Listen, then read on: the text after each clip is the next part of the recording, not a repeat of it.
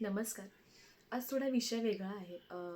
जशी जशी मी मोठी होत गेली किंवा प्रत्येक मुलगी मोठी मोठी किंवा लहानाची मोठी मोठी होत जाते, तिला एक गोष्ट प्रत्येक वेळेस सुचवली जाते. तुला लोकाघरी जायचं आहे, तू परक्याचं धन आहेस आणि परक्या घरी जाऊन तुला नांदायचं आहे, संसार करायचा आहे. मग त्या संसार करण्यासाठी कोणत्या कोणत्या गोष्टी गरजेच्या असतात त्या शिकवल्या जातात. भांडी कशी घासायची, लादी कशी पुसायची, जेवण कसं करायचं, जेवणात मीठ किती घालायचं, सुगरण व्हायचं तुला, आल्या गेल्यांचा पाहुणचार करायचा, तुला तुला सगळं करायचं. तू मुलगी आहेस. ठीक आहे, पूर्वीची परिस्थिती वेगळी होती. पूर्वी बायका सेफ होत्या, पूर्वी मुली सेफ होत्या, पूर्वीचे पुरुष तसे नव्हते, वाईट नजरेने नाही पाहायचे.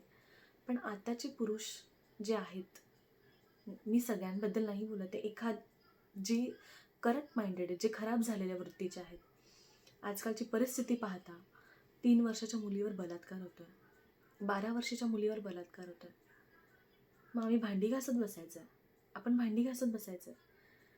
मला एकच सांगायचं प्रत्येक आईला, आज भांडी घासणं शिकवण्यापेक्षा ना मार्शल आर्ट शिकवा आपल्या मुलींना, कराटे शिकवा. भांडी नाही घासलीत ना तरी चालेल, पण जर 2 मुलं तिच्या समोर येऊन तिला जर छेडत असतील ना तर कानफाटीत मारून तिने तिथेच तर सगळ्यांना प्रतिकार केला ना, बेहत्तर. खरंच ही काळाची गरज आहे. आणि आपल्या मुलांना सुद्धा आज घराच्या बाहेर पडतात ते काय करतात ते पहा. आज 19 वर्षाच्या मुलाने 3 वर्षाच्या मुलीवर बलात्कार केला. काय भेटलं असेल, काय वृत्ती असेल त्या माणसाची.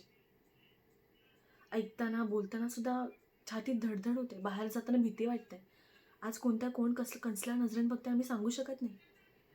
आज आपला मुलगा कुठे जातो, कोणाच्या नादी लागलाय, काय करतो, सट्ट्याचं तर व्यसन नाही आहे त्याला, दारूचं तर व्यसन नाही आहे ना त्याला. हे पहा, खरंच पहा. गरज आहे आज काळाची, तरच कुठेतरी मुली सेफ राहतील. आम्ही सेफ राहू, तुम्ही सेफ राहू, सगळे सेफ राहतील. प्लीज बघा जमतं या काय गोष्टी.